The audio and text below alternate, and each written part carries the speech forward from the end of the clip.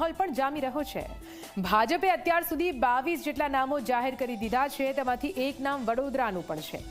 વડોદરામાં ભાજપે રંજન ભટ્ટને રિપીટ કર્યા છે અને જ્યારથી રંજન ભટ્ટના નામની જાહેરાત થઈ છે ત્યારથી કોઈને કોઈ વિવાદ સામે આવી રહ્યો છે। વધુ એક વિવાદ પોસ્ટરને કારણે થયો છે। રંજન ભટ્ટ વિરુદ્ધ કોણે લગાવ્યા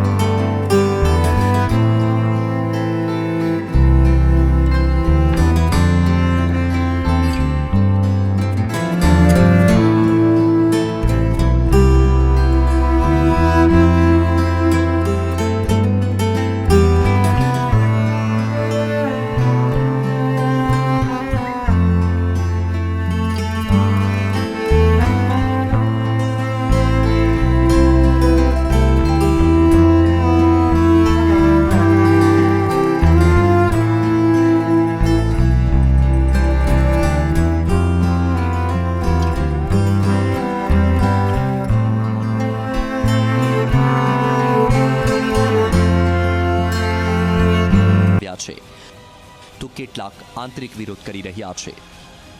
સૌથી પહેલા ભાજપના પૂર્વ નેતા જ્યોતિ પંડ્યા ખુલીને બહાર આવ્યા હતા। તેમણે રંજન ભટ્ટનું નામ જાહેર થતાં જ પોતાનો બળાપો કાઢ્યો હતો। ત્યાર પછી ભાજપના પૂર્વ ધારાસભ્ય મધુ શ્રીવાસ્તવે પણ વિરોધ કર્યો હતો। મધુ શ્રીવાસ્તવે તો રંજન ભટ્ટ સામે ચૂંટણી લડવાની ચેલેન્જ આપી દીધી છે। વડોદરા ભાજપમાં આંતરિક વિખવાદ સંવાનું જાણે નામ જ નથી લઈ રહ્યું। માન્ય મુખ્યમંત્રી શ્રી અને માન્ય ગૃહમંત્રીશ્રીનો ખૂબ ખૂબ આભાર માનું છું કે જે રીતે તાત્કાલિક સૂચના આપીને આ પોસ્ટર લગાવનાર વ્યક્તિને થોડા જ કલાકમાં પકડી લેવામાં આવે અને એ પકડ્યા પછી કોણ છે એ પણ ખબર પડી જાય। આ કોંગ્રેસના જે કાર્યકર્તાઓએ આ કર્યું છે એ એની માનસિકતા બહાર આવી છે અને આગળ પણ એમની પૂછતાછ ચાલુ છે। જે કોઈ વ્યક્તિ આમાં સામેલ હશે એની ઉપર કડકમાં કડક કાર્યવાહી સરકાર તરફથી કરવામાં આવશે। વડોદરામાં ભાજપમાં આંતરિક ખેંચતાણ ઓછી નથી થઈ રહી। ત્યાં પોસ્ટર વોર પણ શરૂ થઈ ગયું છે। શહેરના કારેલીબાગ વિસ્તારમાં રંજન ભટ્ટના વિરુદ્ધમાં અનેક પોસ્ટરો લાગ્યા। શહેરની ગાંધી પાર્ક, વલ્લભ પાર્ક, જાગૃતિ અને ઝવેરનગર સોસાયટીમાં રંજન ભટ્ટના વિરુદ્ધમાં પોસ્ટરો જોવા મળ્યા, જેમાં સ્પષ્ટ લખાયું હતું કે અમને ભાજપ સામે કોઈ વાંધો નથી, માત્ર વાંધો રંજન ભટ્ટ સામે છે। રંજનબેને શહેર માટે કોઈ જ કામ નથી કર્યા। મોડી રાત્રે કોઈ આવીને પોસ્ટર લગાવી ગયું હતું, જો કે સોસાયટીના રહીશો આ મામલે અજાણ છે। સોસાયટીના રહીશોએ જણાવ્યું કે અમને ખબર નથી કે આ પોસ્ટર કોણે લગાવ્યા। કોઈ ત્રાહિત વ્યક્તિ લગાવેલી હોય તો જ આવું બને અને તે મોડી રાતે આવ્યા હોય 10 વાગ્યા પછી, કારણ કે 11:30 સુધી તો બધા મેજોરિટી લોકો જાગતા છે, જાગૃત હોય છે।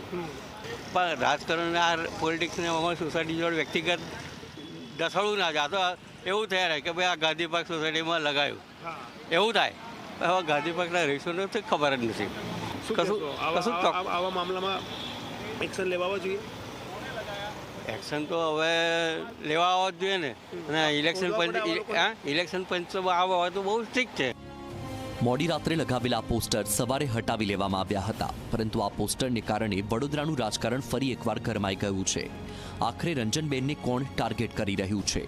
તો આ બધાની વચ્ચે ઝી 24 કલાકને એક એક્સક્લુઝિવ સીસીટીવી ફૂટેજ મળી આવ્યા છે, જેમાં જોઈ શકાય છે કે મોડી રાત્રે લગભગ 3 વાગ્યાની આસપાસ એક કાર સોસાયટીની બહાર આવે છે અને કારમાંથી 2 શખ્સ પોસ્ટર લઈને ઉતરે છે અને તેઓ જ આ પોસ્ટર લગાવીને જતા રહે છે। ત્યારે રંજનબેન ભટ્ટે આ પોસ્ટર વોર સામે પોલીસ ફરિયાદ નોંધાવી દીધી છે। તો આ પોસ્ટરને કારણે વડોદરા વહીવટી તંત્ર દોડતું થઈ ગયું હતું। તાત્કાલિક પોસ્ટરો હટાવી લીધા હતા, તો ચૂંટણી પંચે પોસ્ટરો લગાવનારા શખ્સો સામે પ્રાઇમરી રિપોર્ટ મંગાવ્યો છે। વડોદરાના જો પોસ્ટર બાબત છે એના વિશે મેં ડીઈઓ સાથે પણ વાત કરી છે અને તાત્કાલિક હટાવવામાં આવશે અને એ તપાસ કરશે કે આરપી એક્ટ હેઠળ જો સેક્શન્સ છે કે જો પબ્લિશ કરે છે એના નામ વગેરેમાં છે કે નહીં છે, કોણે કર્યો છે, એ તપાસ કરીને આગળની કાર્યવાહી પણ કરશે। પોસ્ટરો લગાવનારા શખ્સો કોણ છે તેની તપાસ ચાલી રહી છે। શું આ કૃત્ય કરનારા ભાજપના લોકો છે કે પછી કોંગ્રેસના? કોણ રંજનબેનનું દુશ્મન બન્યું છે? કોને રંજનબેન ઉમેદવાર તરીકે પસંદ નથી? શું કોંગ્રેસના લોકોએ પોસ્ટર લગાવી વિવાદ કર્યો છે? ભાજપમાં આંતરિક ડખો બતાવવા કોંગ્રેસે કારસ્તાન કર્યું? આ તમામ સવાલ ઉઠી રહ્યા છે. જો કે કોંગ્રેસે આ મામલે સ્પષ્ટ કહ્યું છે કે અમે કોઈ પોસ્ટર લગાવ્યા નથી. આ ભાજપનો જ અંદરો અંદરનો ડખો છે. આજે વિરોધ પક્ષ તરીકે, કોંગ્રેસ પક્ષ તરીકે અમે તો ભારતીય જનતા પાર્ટીનો ખુલ્લેઆમ જ વિરોધ કરીએ છીએ. ખુલ્લેઆમ જ અમે તો એ બેનનો પત્ર પ્રધાનમંત્રીને મોકલ્યો હતો અને ખુલ્લેઆમ અમે બેનને કોઈ કામગીરી કરવામાં આવી નથી. આજે 2 ટર્મ સાંસદ રહ્યા, વડોદરા શહેરમાં આપણે નરી આંખે જોઈ શકીએ એવું કોઈ વિકાસનું કામ આ બેન દ્વારા થયું નથી. આંતરરાષ્ટ્રીય એરપોર્ટમાં પણ મોટી ખાલી વાતો કરવામાં આવી છે, બાકી ડોમેસ્ટિક ફ્લાઇટ ઓછી થઈ ગઈ. એટલે આ એ લોકોનો એક આંતરિક ઝઘડાનો કોઈ ભાગ હોઈ શકે, અથવા તો પ્રજા પર ત્રસ્ત છે અને ભાજપના નેતાઓ સત્તાના નશામાં મસ્ત છે, તો પ્રજામાંથી પણ કોઈ લગાયા હોય. પોસ્ટર વિવાદને કારણે વડોદરાના રાજકારણમાં ખળભળાટ મચી ગયો છે. રંજનબેનની ટિકિટ જાહેર કરાતા જ સતત તેમની વિરુદ્ધ વિરોધનો વંટોળ જોવા મળી રહ્યો છે. ભાજપમાં જ અનેક લોકો રંજન ભટ્ટની ટિકિટનો વિરોધ કરતા જોવા મળ્યા. જોકે પાર્ટીએ જ્યારે રંજનબેન પર મન બનાવી જ દીધું છે, ત્યારે જોવું રહ્યું કે વડોદરાની જનતા શું જનાદેશ આપે છે. રવિ અગ્રવાલ, ઝી મીડિયા, વડોદરા.